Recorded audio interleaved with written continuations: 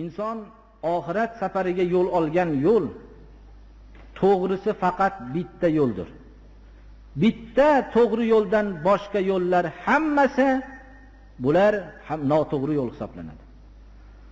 Sirotul mustaqim Alloh subhanahu va taolo o'zi payg'ambarlarni jo'natgan yo'ldir.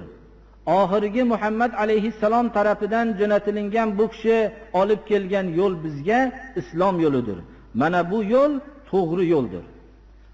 To'g'ri yo'lni payg'ambarimiz sollallohu alayhi vasallam Hajjatul Vadoda ifodalab, o'zlarining dunyodan vidolashayotgan soatlarini e'lon qilib, sizlarga ikki narsani qo'yib ketyapman, modomiki bu ikki narsani mahkam ushlasanglar, yo'ldan adashmaysizlar dedilar.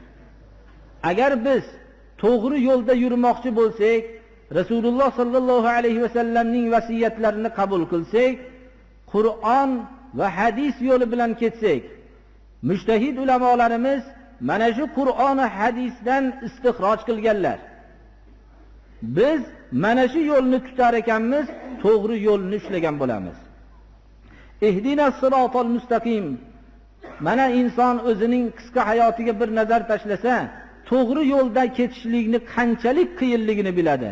Bizlarni to'g'ri yo'lga yo'llagin deyishlikka nihoyatda muhtojmizki, Alloh subhanahu va taolo ana shu muhtojligimizni bilib, biz Allohdan nimani so'rashligimizni ham Alloh o'zi ta'lim beryapti mana. Mo'min kishining birdan bir so'raydigan birinchi narsasi to'g'ri yo'lga yo'llanishlikni bo'lmoqligi kerak. Yer yuzida bironta odam agar aql yer yuzidan yo'qib ketgan bo'lsa ham odamlar o'zlarini beaql deb sanashmaydi. Yer yuzida biror odamni eshitganmisiz, men noto'g'ri yo'lda ketyapman deganligini? Ana shuning uchun Alloh subhanahu va taolo tarafidan o'zgarmas bir o'lchovni jo'natilinishlikka muhtojligini mana his qilamiz. Bo'lmasam odamlar hammasi, hatto butun jinoyatlarni qilib yurgan kishilar ham, o'g'rilar ham hammasi biz to'g'ri yo'lda ketyapmiz deydi. Nima uchun bizlarni topgan pullarimiz harom bo'ladi? Biz odamlar shirin uyquda uxlayotgan bo'lsa, biz kechasi bilan uxlamasdan tirikchilik qilyapmiz deyshadi o'g'rilar ham.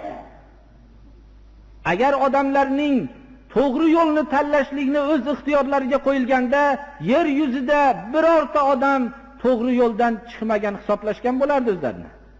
Shuning uchun Alloh subhanahu va taolo to'g'ri yo'l uchun bizga o'lchov jo'natdi. Bu Qur'on, hadis. Har qanday kishining so'zini bizni Rabbimiz aytgan, Alloh Rasuli tarafidan kelgan Qur'on, hadisga taqqoslaymiz. Agar to'g'ri bo'lmasa biz uni albatta noto'g'ri deymiz.